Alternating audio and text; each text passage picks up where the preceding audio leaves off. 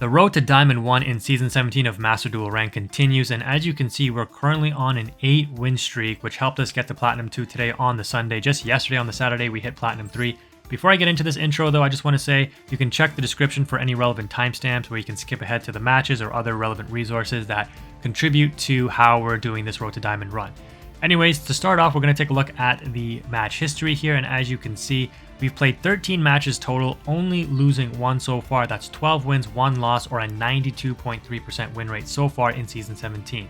If you watch my previous video where I outlined some of my Platinum 4 matches, which is linked in the description as well, you'll know that out of these 5 matches, we only won 1 coin toss. Well, in our grind in Platinum 3 up to Platinum 2, we also only won 1 coin toss, and you're going to see these matches in just a second.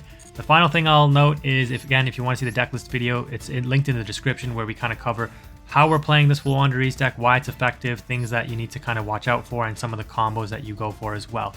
Make sure you check out all those relevant resources, and at the end of the video, we'll also be going over some of our opponent's deck lists so you can see them in their entirety, kind of what is the meta shaping up to be in Platinum rank. We'll kind of compare it over time. So with all that being said, let's go ahead and wrap up this intro and jump into these matches. Alright, to start off the matches in this video, this is the complex one, but it is quite interesting. We lose the coin toss, we're going second, what a surprise. But our hand is technically bricked. Obviously with the pots we can unbrick, but right now we have nothing playable. The opponent reveals that they are on the Pendulum Magician deck, so the DD Crow likely useless because these cards all go to the extra deck, nothing goes to the graveyard for me to negate, so our hand is kind of not good right now. The opponent's going to be able to cook for a while, bringing out the Electromite and going to be able to combo off. It's very hard to keep track of this deck, what they're bringing to hand, what they end up destroying, bringing back, summoning, etc. You probably should have like a notepad and write things down and, cross them out. So they brought Astrograph to hand and they summon it. Now they brought like Iris and whatever. What exactly is the opponent on is important to keep track of. This point right here, I had a critical decision to make. I'm like, why did they summon Selene? Are they going for some kind of play? So obviously, Selene, when it's link summoned, place spell counters on the card equal to the number of spells on the field and graveyard. I'm like, okay, they have 1 spell on field, 1 spell in graveyard. I have nothing, obviously.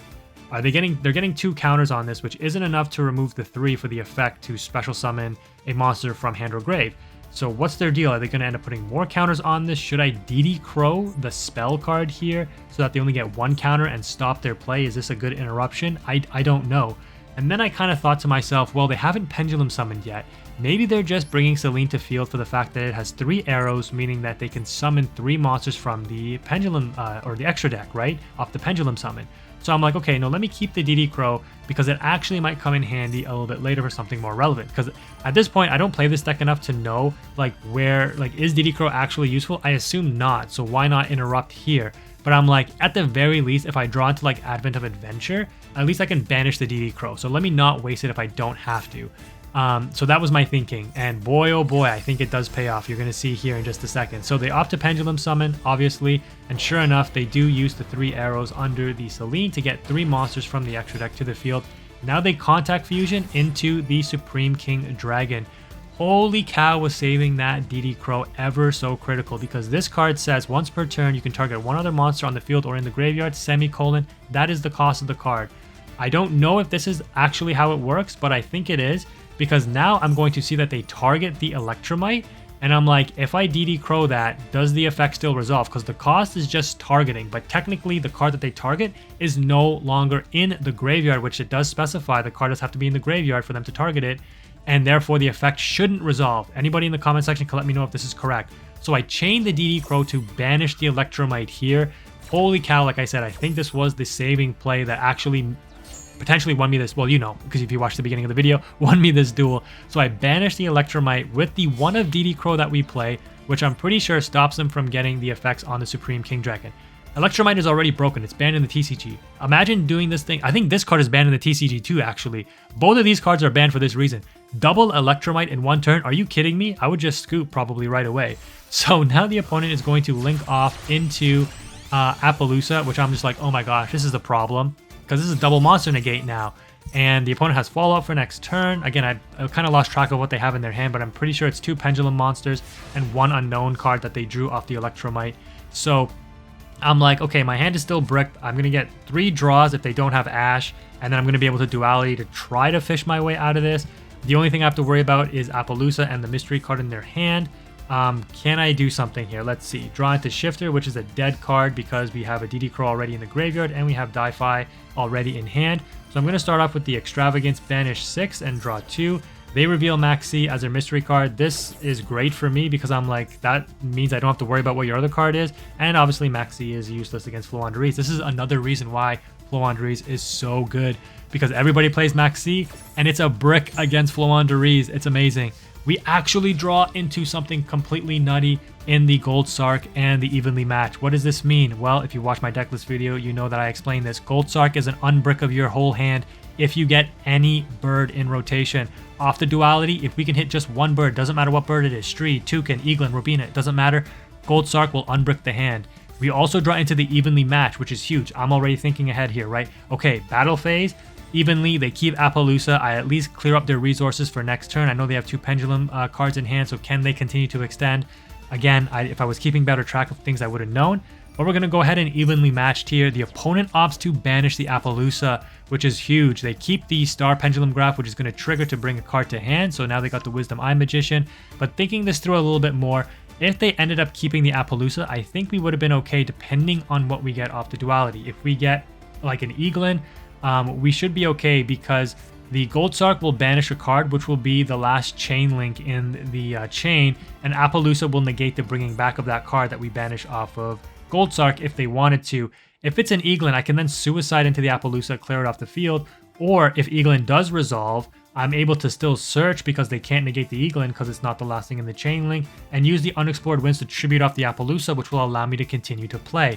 If I get an Empen on board, obviously it negates anything in attack mode that was special summoned, so it would turn off the Appaloosa as well, which is huge. So the fact that they banished the Appaloosa was, you know, I was just like, oh my gosh, I'm actually going to potentially be able to play through this, depending on if I can get a bird. And sure enough, we get the Toucan and we get the Eaglin, which is huge. We obviously take the Eaglin here, and now we're going to go ahead and activate Gold Sark. You already know if you watch my videos, we're banishing that Robina, activating Dimensional Fissure, activating Unexplored Winds, summon Eaglin, bring back Robina. I'm not afraid of Ash Blossom at this point, and I bring the Empen to hand. Make a huge misplay, and I was thinking ahead. I was like, I know, summon Empen, search map. I was trying to think too far ahead though, and I was like, I lost track of my game plan, and I make a huge mistake. I just go through the motions and I bring Trap to hand. So if you're smart and you watch my videos, you know why this is a misplay, because I had a chance to really extend what the plan should have been, because again, I know they're not on Ash Blossom. Bring map to hand, activate map, reveal Robina, because I haven't used Robina yet, I only brought it back from the banish pile, and banish Empen. Summon Robina, search Toucan, summon Toucan, bring back the Empen we banished off map, bring Empen to field. That gets me extra birds in rotation. That gets me 2 Empens on field. That gets me map in rotation. That gets me the Dreaming Town Trap in the end anyways. That gets me a lot of extra resources, but because I was trying to think too far ahead and just going through the motions, I make a critical misplay here. So I end up setting the Dreaming Town, and I already knew when I brought it to hand, I'm like, as soon as I clicked it, I'm like, oh my god, I just made a huge misplay. And I know the opponent is on Pendulum Monster, so I'm like, okay, maybe I still have a chance. Let's see. They're going to opt to normal summon the Skull Crobat, which is going to get them a search. And I'm like, okay, that's their normal summon. When do I activate Dreaming Town Interruption? They activate double Wisdom Eye, which is both scale 5. And I'm like, okay, they're going to use the effect to pop, right? They top deck a Duelist Alliance, which is pretty good. They're going to get a free search, and they bring the Pendulum Magician here. So they're going to pop this card now, most likely. Yep, and set another one. And I don't want them to get this effect off, because this says if you have another Magician card in your other Pendulum zone, you can add one face-up Magician or Odd Eyes Pendulum Monster from your extra deck to your hand. I don't want them to recycle one of these key resources, so I'm going to go ahead and activate the Dreaming Town now. And again, because I messed up, I didn't bring map. Like, if I brought map, this duel was over, right? Normal summon Joker, trigger map. I get 2 free rotations off because I probably bring Ryza, stack their deck, bring Ryza back to hand. Then I have the same interruption. Again, when I activate Dreaming Town, you know, just stack their deck with useless cards, I win the game very easily. But because I messed up, now I have to struggle through this grind game. Normal summon the Eaglin, and I'm going to actually search out the Apex now because I messed up last turn. Apex is going to trigger, be summoned and apply the effect of Unexplored Winds. I tribute off or send off the Oath Dragon Magician and bring out the Apex. And I'm also going to trigger the Dreaming Town Trap. And because I know they're not on Ash, I'm just going to go ahead and bring back the Eaglin at the same time. What does this do? It's going to flip this face down, meaning they can't link it off or use it for Xyz or anything. It's going to get rid of one of their scales that they are going to use potentially to Pendulum Summon, and it's going to force them to use another card to Pendulum Summon. So we knew they had this in hand. They've got one card left. What are they going to do here? Pendulum Summon, and I'm just like, 2 level 4s. They're going for Bagooska, of course. And I'm like, I royally screwed up here because I allowed them to stall out the game now and potentially get back into the game. They pop Wisdom Eye again to bring Black Fang Magician. The opponent has 26 cards left in their deck, and they're going to be able to buy 2 turns with this Bagooska. So that misplay potentially lost me this game. You can see how critical it is. Every little choice matters so much. Thankfully, we top deck an Advent of Adventure. This card wins me the game. Can you see the line already? If not, it's okay. We're going to go over it right now. We're going to go ahead and activate Advent of Adventure. We're going to banish from hand, because if we banish our Empin, what we search with this is going to have to tribute off the Apex Avian. We're going to banish the Robina and search for Empin. This wins me the game, like I said. So how does it win me the game? Well, because off of Empin in hand, we're going to be able to apply the effect of Unexplored Winds, tribute our existing Empin, which will get banished thanks to D-Fissure being live, and banish the opponent's Bagooska, getting the Bagooska off the field, meaning that our effects can now resolve. We bring Robina back to hand. We search map for the correct play. Normal summon Eaglin, bring Ryza to hand. Normal summon Robina, bring Toucan to hand to get back our Empin that we banished off of the off of the tribute summon. And now we're going to go ahead and use the Unexplored Winds once again to bring Empin to field, tributing off the face down card, which does get banished, and bring Empin. Empin is going to search out that second Dreaming Town. Again, I've talked about why this is useful, because, you know, now Toucan doesn't have to focus on bringing back Dreaming Town. It focused on bringing back the Empin, which gets us the second Dreaming Town anyways. Check that deck list video for the explanations on why this is useful. You're seeing real-time application of it. Okay, so continuing off here, now we're going to double tribute because we want to be able to reuse the Ryza, so you do not want to summon it off of Unexplored Winds, or summon it by getting rid of one of your Empins. You actually want to tribute off the 2 monsters, the 2 smaller birds, and then the Ryza is going to stack the opponent's deck with that Max C and the Purple Poison Magician, which is super useful because that's going to ensure that we win the game, because we're going to make them draw that Max C next, meaning they can't Pendulum Summon, they've got no skills, they've got no activatable effects in the graveyard or extra deck, and we have lethal damage on board here, attacking with the Apex, which is also an Omni Negate, and you can just see how that Advent of Adventure won us the game by just complete lockdown control with FLOOWANDEREEZE, able to come back and take that match. So that previous match was actually my 4th duel to actually get into Platinum 2. So this video is already getting kind of long. This might be the last one in the video, and we'll cover the other 2 matches in another separate upload. In this match, again, we're going second, losing the coin toss. The opponent reveals, surprise, surprise, they're on Tearlaments, and they pitch the Keldo to special summon the Mudora, which activates the Gravekeeper's Trap from deck. The fact that they activated this pitching a Crime, which is a very good going first card, tells me 2 things. 1, they have no Tearlament monster in their hand, otherwise they would have kept Crime, so they're likely going to play for next turn, which is why they brought Kel back, which means they're going to activate this during my turn, pitch Kel back, and try to play during my turn off of the Mill 5. Now, the Mill 5 has to mill at least 2 Tearlament names, or at least I should say 2 materials for them to fuse with, so that could be like Aqua Monsters and like a Sharon, a Murley, or a Havnis, right? If they end up milling Rhino, again, I'm pretty sure they have no Tearlament cards in hand, like Tearlament monsters, to trigger Rhino from the graveyard to be special summoned back. So I'm actually like, okay, this is playable because our opening hand is triple birds, double evenly. We're going to be able to evenly clear up the field and play with Robina. I know that Tearlaments doesn't normally play Ash. So again, thinking ahead, this is kind of what I'm seeing play out in the scenario. Sure enough, we know the opponent's last card in hand has to be a Kelbeck. They don't normal summon for turn, so they keep Kelbeck in hand. On the draw phase, they're going to call Perla Rhino, which is odd. You know, this card is very powerful because it gives you hand knowledge, obviously, but notice that the end effect here says you send the card that you declare with the draw, if you get it correct, to the graveyard. Send it to the graveyard. That sounds familiar, right? Yeah, you don't want to call Tearlament names because sending them will trigger their effects potentially. You don't want to call a Miller, you don't want to call a Grave Shuffler, because that only just puts them in the graveyard for them to be live. So, you know, in the matchup, I think this opponent would be better off calling something like Max C, which is pretty widespread across all decks if you don't know what deck they're on yet. But now, obviously, just from this card, they know we're on FLOOWANDEREEZE. So, main phase 1, we're going to attempt to go battle phase. The opponent triggers the Gravekeeper's Trap to pitch the Kelbeck, and they search for another Kelbeck. This, given what they have here, actually is a misplay. They should have searched for a Yugioh, and I'll show you why in just a second. So the Kelbeck is going to be able to mill 5, like I mentioned at the start. Are they going to mill what they need, or are they going to brick on their mills? They need 2 out of the 5 cards to be fusion materials. They mill double Rhino, which normally would be fine if they got a fusion name. So they mill 3 fusion materials, but they can't actually use any of these effects because we know that they don't have a Tearlament monster in the hand.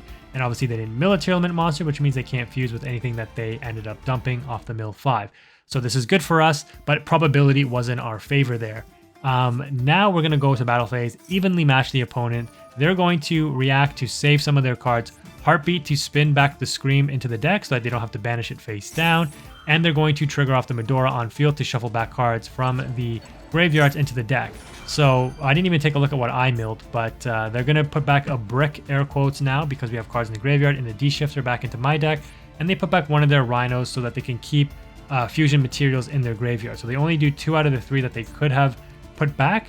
The cards that we lost, the only thing that really hurts is the Empin, because you know, if we tried to banish it with Stree, they're just going to chain Keldo to shuffle it back, meaning our Stree would fizzle, and you know, we're kind of back to square one.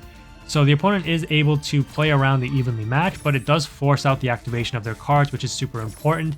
And they're going to end up banishing the Heartbeat face down, but off Heartbeat resolving, putting the card back into the deck, they have to discard or send a card from hand to graveyard.